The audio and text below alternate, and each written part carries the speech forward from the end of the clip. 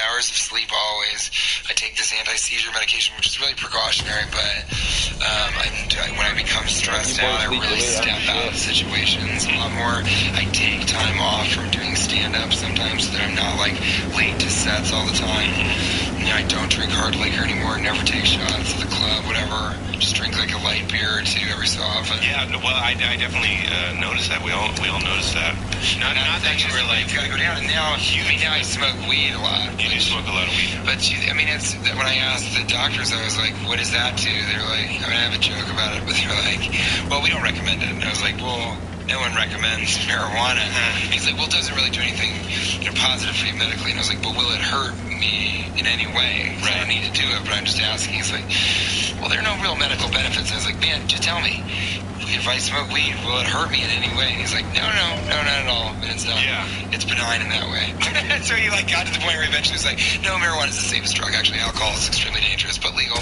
So that's we really meet each other all the time. Well, it's funny that you say that because I was, with you through a lot of this, and I remember. Oh yeah, you were at the fucking hospital. Everything. Yeah. You're one of the bestest. No, that's not why I brought that up. But that's true, though. That is true. What are you looking for, buddy? You want this water? I remember the blood flow thing, because you are, let's just butter some bread here, one of the absolute funniest, most brilliant creative people I know. And I remember thinking, we were like, oh no, what if this is like fucking powder and phenomenon and you're so fucking unbelievably better than us because you have this thing in your brain and they're going to take it out and then he's going to be normal. We thought they were going to take it from your brain. I can't imagine. And first of all, who this conversation, this is just you and a homeless guy being like, listen, my friend TJ's real funny. No, okay, Eric, check this out. I didn't articulate this. Of course, what am I going to say that to your mom? You know what I mean? Of course I didn't say that because I didn't want to even articulate it. But I thought you were going to come out and be like, hello, I'm Todd. Yeah. I thought that's what, and let me tell the story. I was the first one to see you when you came out because your mom was such a sweetheart. I had to catch a flight and you were coming out of your thing and I walked into the room and I went up to you thinking, remember, that you were going to be like, greetings. Hello, Peter. Humor is nothing. All that exists is carbon. You know what I mean? That's what I thought you were going to say. And I came up to you. You made me so boring. Yeah, you're so boring. And I came up to you. We're in a room that no humans are allowed. You know what I mean? Like one human at a time is allowed in this room for fear of contamination. I go up to you, and your head is wrapped just like exactly how they cut into my head. They cut into your goddamn head. They sawed into your brain. Half of my head. And I come in, and here's my friend wearing like what looks like an old school styrofoam bike helmet in gauze. And I say, how are you? I don't know what to say. And you looked at me like I was a fucking retard, and you said, I just had brain surgery. And I was like, he's still there. He's still in there. It wasn't that squid in his brain. And to be honest, you're doing the best. Well, I did. You're doing the best work you've ever done now. But I did. I had to have. That's very sweet of you. But it's a huge. I did. I had the weirdest. That was the weirdest conversation. And I don't talk about it a lot because it isn't particularly funny, but it was the weirdest conversation was the one I had with the same guy who was like telling me about the girl who smelled too much and all that stuff. It's Oliver Sacks. Tell no one. But it's that sort of, I had to have this weird conversation with him late at night where he was like, here's the rundown, this is what the brain surgery, here's what they're going to do, all that stuff. Fucking loading time from this up. And then I was like, hey, so I just got to ask, like, if you take this part of my brain out, is that going to change the way I am and all? And he's like, well, no, I mean, obviously we don't know for sure. And I was like, but just hear me out on this. I make a living sort of being somewhat fun to be around. Is that going to affect my ability to sort of do that and do it at a professional level? And he was like, I'll never forget. He just kind of looked off.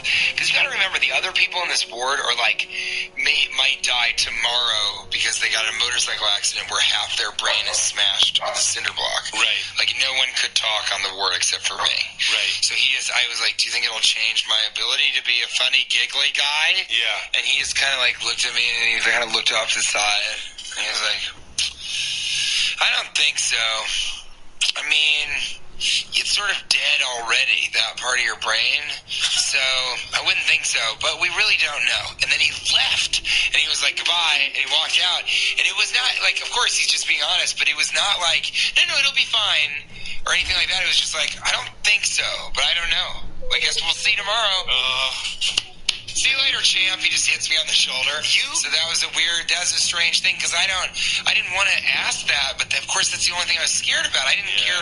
Honestly, if I had died I thought about this right before I went in, if I had died in the surgery, which is not out of the question. I mean, they're taking a part of your brain out in an area where if too much blood is in any part of your brain, you just like, blah.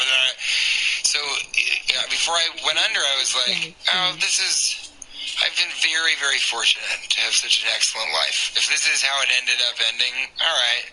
There's a lot worse situations, but I had to ask him that because that was the thing I was most scared of. This was really, really interesting and telling of your character. Like, if we were pitching you for a novel, it would be like, he's afraid of waking up unfunny. He's not afraid of dying. He's afraid of waking up and being a dullard. Yeah, that is the tagline for the movie, TJ. But I remember, oh God, what was I just going to say? What were you saying? You woke up. I never saw any fear in your face. It was insane. I was there when they wheeled you out of the room to get maybe death surgery. And you were just like, peace out, fathers. Mother, I got a set at the Comedy Magic Club. The Magic Club, I got a set after this if I can get out by 9. They're firing up the bone saw, and you're like, what's the status? What's the status with my brain, Chris? Oh, because the whole thing is absurd in the first place. It's so ridiculous that anyone's even alive or anything. Your whole worldview is so interesting just because you're a big atheist. You're a big-time atheist. You believe. Yeah, I was raised atheist. Yeah, you have, like, wonderful I also enjoy reading nonfiction, so... And I saw that. Like, did you see the movie Touching the Void? This guy falls into, like, a crevasse, a nice crevasse. Anyway, he says, I knew I was really an atheist because I didn't cry out to God. He was lost, and he was definitely going to die. He's like, I know. And you've told me that. You're like, that's the goal of any atheist, is to not, on your deathbed, go, but maybe, just as some sort of... It should be called Hardly Funny, but Mostly Heavy with Pete Holmes. We could call it that. I think, like, I think people think about the big question. For me, I do. I think you work your entire life.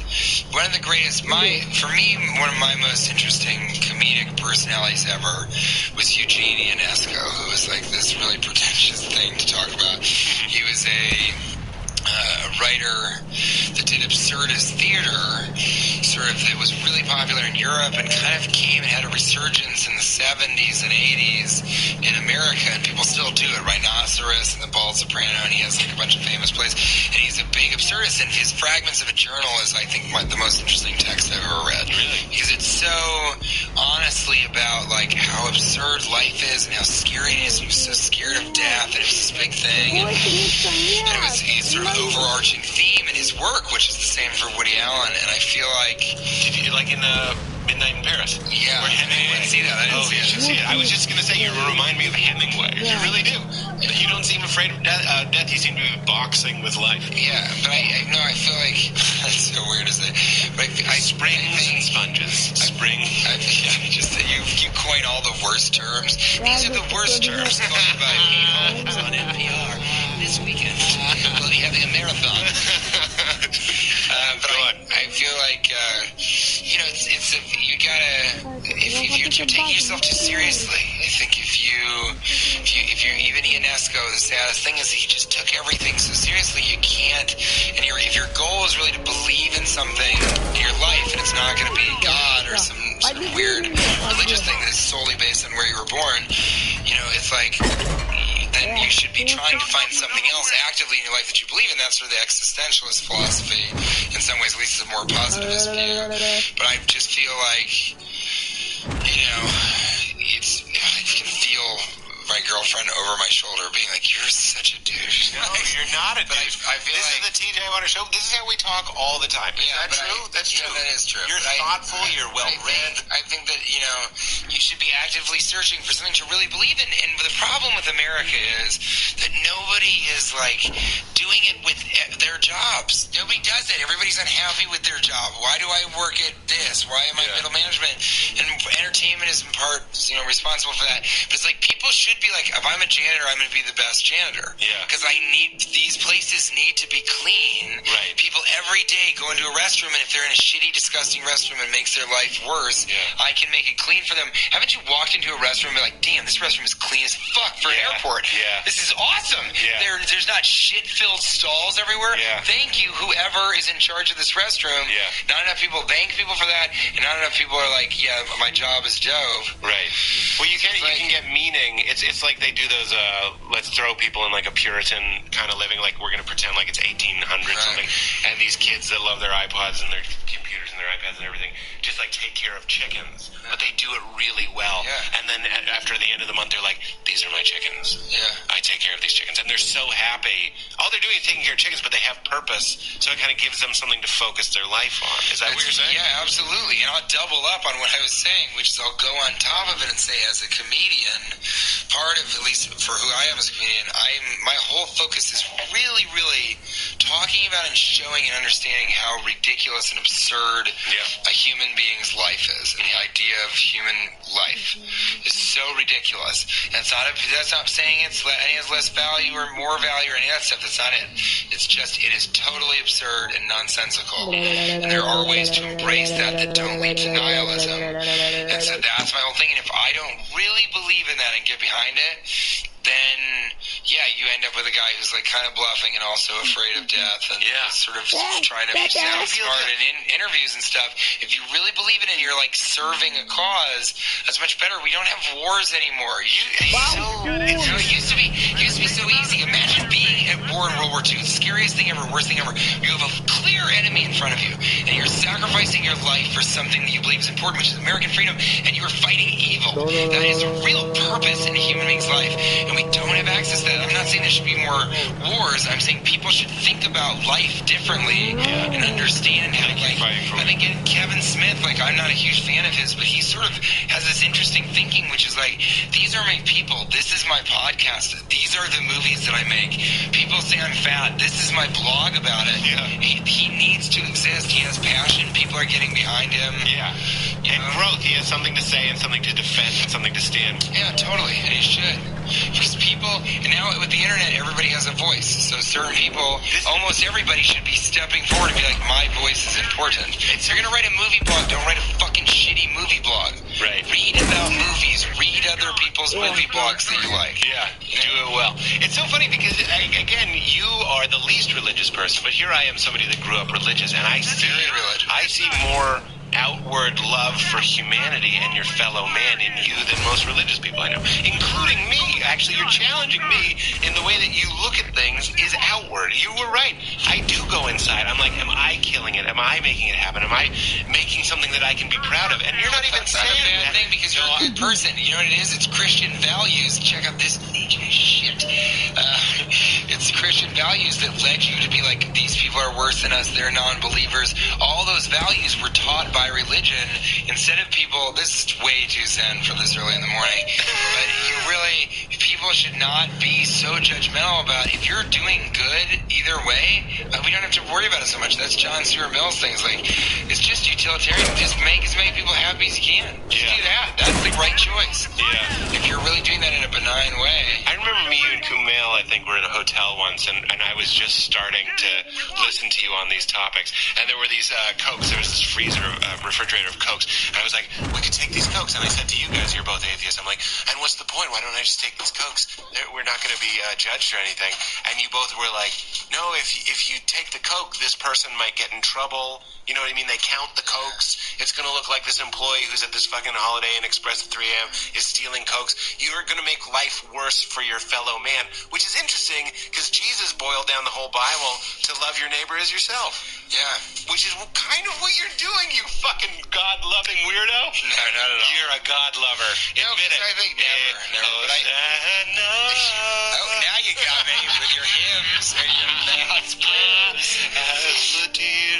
No, but I think it's I would just like a little more of this. This is my main thing right now. Just recently I've been thinking about this. Come on. I'd like to have more people admit to how shitty and tragic existence is, but with sort of a laughing smile about it. just in general. If more people did that, they wouldn't be so mean to each other. Yeah. They'd be more likely to be like, this bouncer's an asshole, but he probably doesn't have the best life. He kind of probably like wishes he was working at a better club and he's fighting with his girlfriend. And like understand a little. It's a little more empathy, sort of. I feel like I'm hearing a weirdly ton distant. of empathy from you. Yeah, but that's what I'm saying. I'd like to do more of that from me and, sort of frame things. I think that's the goal of my stand-up is one day to just be able to talk and, like, say really silly stuff, but also just have just a tiny lilt of, like, also think about it, think about this weird stuff that we're all dealing with. I used to hate this Carlin quote when I was religious because it threatened me, but Carlin said that at the point of laughter is the best place to put in a new idea. So there actually is something very powerful about comedy. You're molding a group of strangers into one thing, into an audience, and then you are persuading them.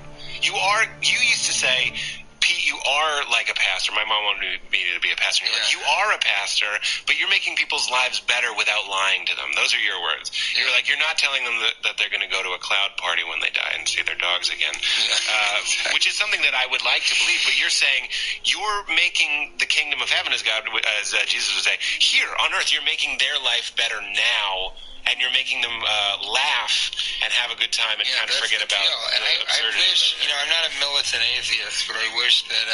I think we're seeing that now. I don't feel any... Yeah, but I certainly do not agree. I mean, Hitchens and some of these writers and the way my father kind of thinks and sees things now are certainly, they're anti-religious. I mean, they're clear in their position that religion is a negative, terrible thing that has... You told me to read God is not great. Yeah, because it really says, like, religion is hindering the progress of human happiness.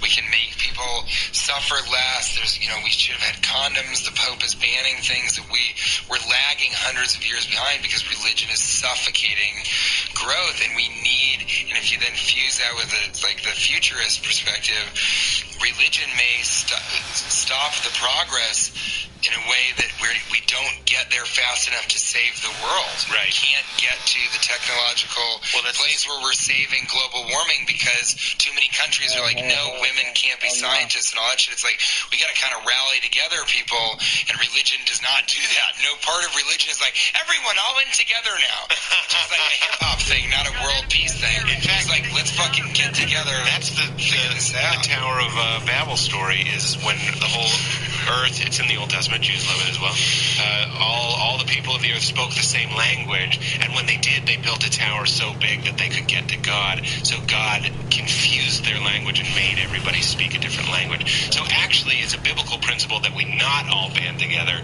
that we are xenophobic, distrustful, and don't get to God. Don't build a thing to God.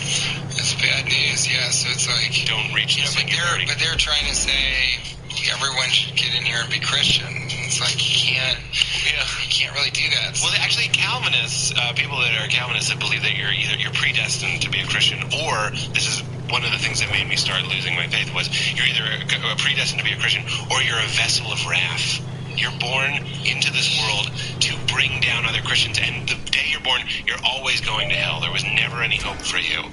There's no free will. God knows exactly what it sounds like fiction. It so sounds so fictional. Of course. Even when you say it out loud, it sounds like a fake. You were born destined to go to a fiery hell. You were a Christian. It's so weird. It's not real.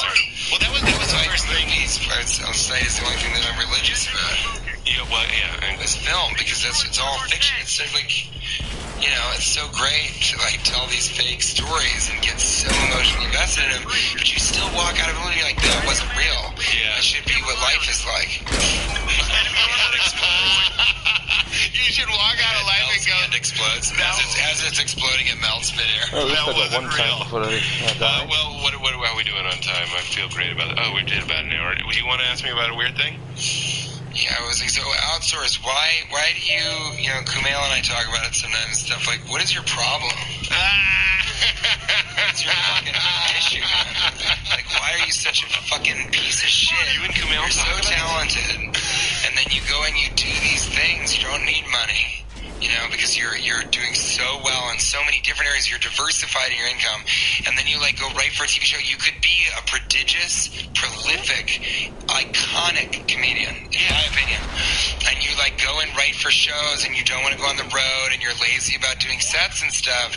And I'm talking about me right now. I'm not talking about Kumail. It's lazy, and to me, it's offensive wasting the talent that you could have as a stand-up. And I'm not saying you should change anything in your life, because again, earlier I was saying, people should do what they want to do. You bring us, if a life worth leading is the way that you're leading it now, then I think you should do that, because you still make people happy. Right. But it's weird to me that you're a cop-out a lot of times. You think so? Sort of, yeah. Because I have like a 4-year plan. I wrote on a TV show called Outsource, which I'm guessing you're not a fan of. I didn't even watch it. I know that makes me the dick in this situation. No, you're not. But I know enough to know that you're more interesting to me as a creator. Yeah, but I was still getting up like most nights when I was writing on Outsource. So I wasn't on the road. But the reason I'm writing for shows and I'm writing for a show now is that I can one day run my own show. People care about that stuff, and that's what I want to do. So when I go in and stand-up, I feel like your stand-up, you want me to do more on. Yeah, why did you not do an hour special? I'm doing an hour this year. Get it out there. Get it moving. I'm doing it. You haven't even seen me in a while. I hear the goodness. I just in what sometimes you're saying. think you pick sellouty stuff, and that's okay, because I do see that.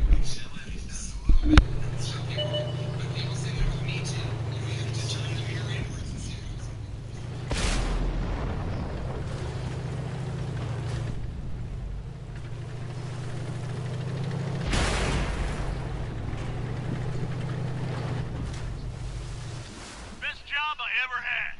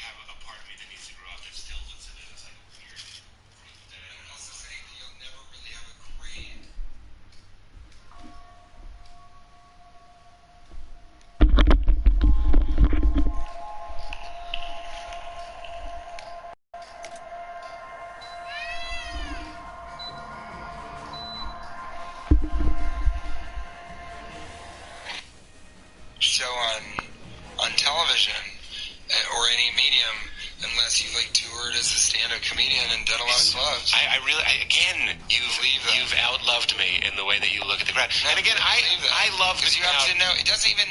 I don't even necessarily. I don't do it for them. I'm not like some bleeding heart guy. I own 3 Ferraris, and I just use them to crash against one another and hit poor people.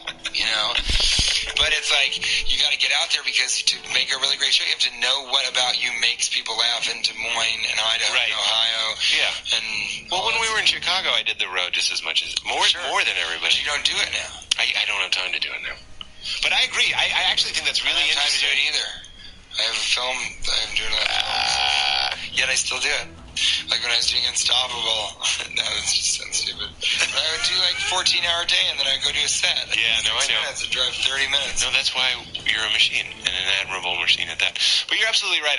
The times I've done clubs, it's never been that group of pirates that I picture. It's always wonderful people that I want to entertain. I tried to make it weird, but we're too good friends, so it didn't No, work. I think this was the weirdest episode we've done. You've only done 2. I know. You're such a dick. Like, I know. why'd you invite me on this? I feel like you just, like, you're never going to have a podcast. You're just going to be like, I'm collecting weird interviews with my friends to listen to before I sleep on I'm Pete Holmes at home alone. This is how I sound. You are going to get a season 1 of Outsourced. First and only season of Outsourced in your mail tomorrow morning. I can't wait. It's going to be the best. It's the best. Well, you have to go to the Emmys, and I have to take a big old pee. Really? That's the end of your show? Yeah. TJ, you're the best. Worst end of the show ever. And like you said when you came in, I think we should do this all the time. I'd love to have you on all the time. I didn't really say that outside. All right, thank you. Bye-bye. Okay. Oh, keep it crispy. I'm going to say keep it crispy. Battle rap. Oh, yeah. Can we let's go out. Pete, I want to preface this by saying Pete absolutely did a great job putting this together.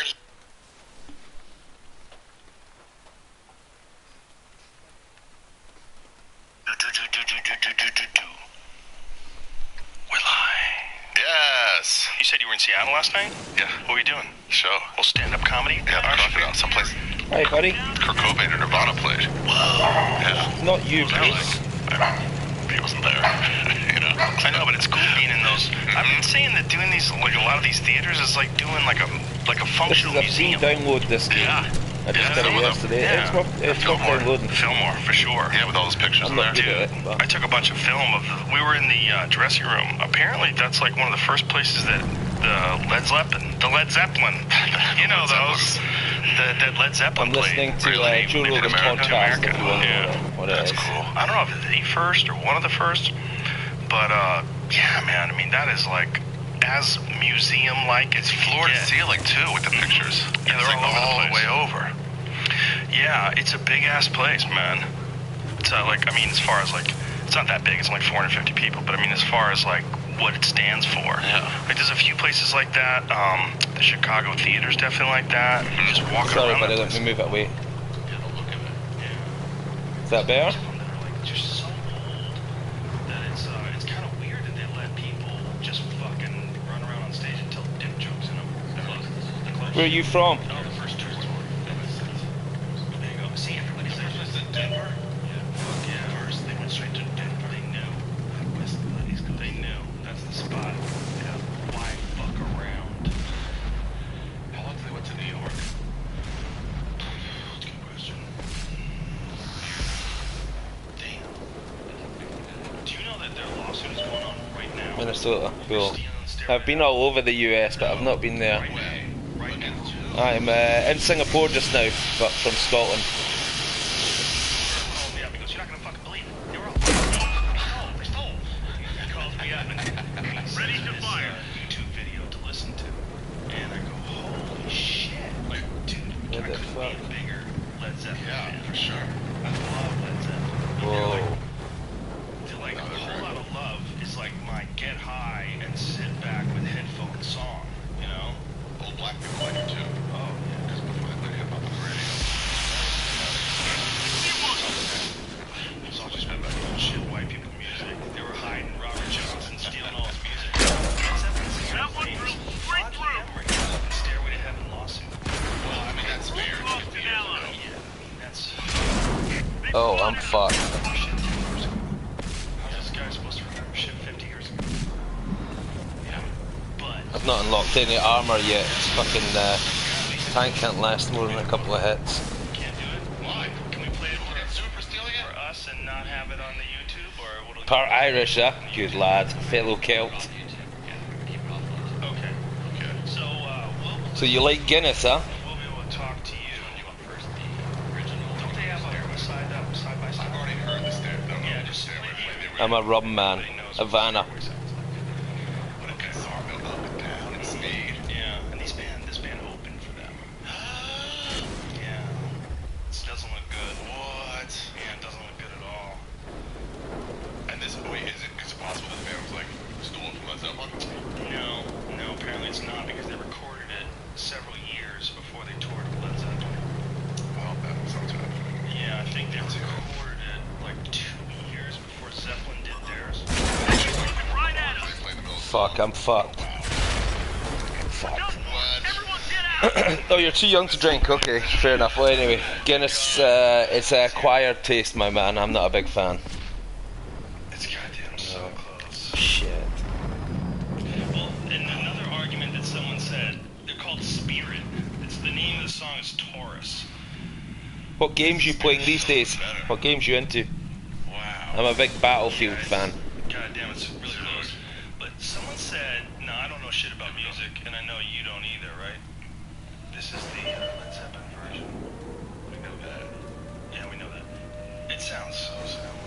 But someone, you don't know any shit about music, like you don't play musical instruments. I don't either. Right, fuck this. I'll go back to the garage and start a new game. Someone said that the music is like a very commonly used series of chords. Progression, yeah, it's like Is it? I don't know the exact. Yeah, there's only 3 chords. As I say, there's only 3 chords in rock and roll. Right. I don't know what that means, but there's still a lot of different songs. Blues scale is probably what it is. It's a form of it or a scale. So they said that has been used in many songs before. Is that true? Oh, dude, yeah, I play a lot of Black Ops as well, yeah. Because they're foggy. It's the best Call of Duty game in fucking years. The last couple I just couldn't get into, but yeah, I'm really enjoying the new Black Ops. He had like legit Alzheimer's. Yeah. But I've been watching a lot of videos on the new Battlefield set in World War One. It looks so much fun, man. He's crying for help. Yeah. He's telling the world he can't remember things. I wonder, like, they're really close to curing that, you know? Really? Yeah. They're injecting people's brains with stem cells and fixing all kinds of weird shit that's going wrong. How is that stem cell? I've been thinking about it. You asked me about it. I've been thinking about it. It's crazy. It's very strange. It's an old game, but did you play The Last of Us? That was the best game that, I mean, I got the remastered version last year, but that was the best game I played last year. It was awesome. Something for that soon. I don't know, man. I'll never Stem go cell back to cream? there again. Pop your I like, shit back up? I like having a shaved head. It's so easy. So I got a good head for it. I look better. This is a Shaved head, problem but with this it's game. The brown. loading It's just the times hair that between I have games left. is a pain in the So ass. sad hair, sad, sick hair, coughing, dying people. So If you having a follow kid's me on face, Twitch, you'll see in my videos my Black Ops play. Just send me a friend's request on the when you see my name. It's bullshit. It's like it was a waste of my energy. Yeah, you should check out The Last of Us. Really good game, man. The worst kind of head. It's like a laptop head. Somebody hit you with a shovel head. The back of your head just looks like a laptop. It's just flat like a book. There's a lot of dudes that have whack domes. I feel for them. But you know what, man? This doesn't look good with hair either. You know, So it must be like 2 in the morning with you, huh? What you need to You're do up is late, get huh? like a head, It's like 2 in the a afternoon. Well, it's nearly 3 o'clock in the afternoon here. The girls really touch you. I'm like, why it smells soft in the back? That's probably totally a good idea. Probably. Most people aren't touching your head. Well, you can always say, yeah, it was a motorcycle accident. Oh my god, a scar. I love scars. They cheer me on. Meanwhile, you just had a butt put in the back of your head, like a fake Or it's plate. like it feels like a rotting apple. Just like, If you like the look of this game, man, download it off the Right? But they do that to on chins. the PlayStation Store. It's free. They put a fake chin in people. It's super common. what do you mean? They put a fake chin on people. Who does that? Plastic surgeons. I think they go in through the lip area where the teeth are, and they shove like an implant in your chin. Because some people have like very small chins, like their chin is tucked up in their neck, and they feel like it's unattractive. I know chinless people. It's weird, right? He's chinless. Does it bother him? No, he makes jokes about it. That's good. Right, I'll try not to die. Some people don't want you to joke Chinless. around about it, so they get a piece of plastic screwed into their chin. People take it to the next level and then go too long. They do it at the back of their head. That's what I'm saying. Dudes with a flat back of the head. Yeah, that'd be awesome, dude. Yeah, That definitely. shit out, man. Look like a normal dude. Let's do that. I guess a lot of good said. If they can make it feel like a skull back there, instead of just fucking Imagine if it gets loose. Stretch Armstrong. Oh yeah, it starts leaking out. What if you're banging a girl and she grabs your head and she pops it loose and she thinks she broke your skull? Shit, you tank, come on. My skin's getting crazy.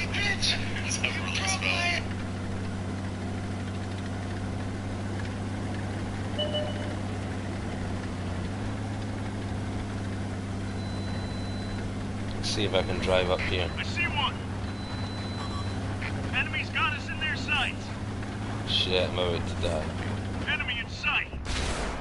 Oh yeah, I'm fucked. I'm fucked already. What the fuck? Oh man, that's fucking dire. Shit.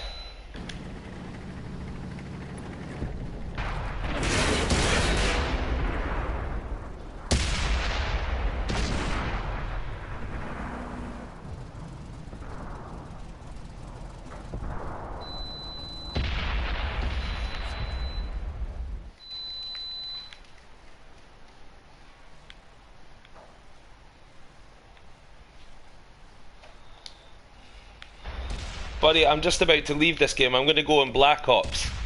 So yeah, just click follow or add me or something. I'll be I'm coming back on in 2 minutes. I'm just about to come off this game, alright? Chat to you in a minute.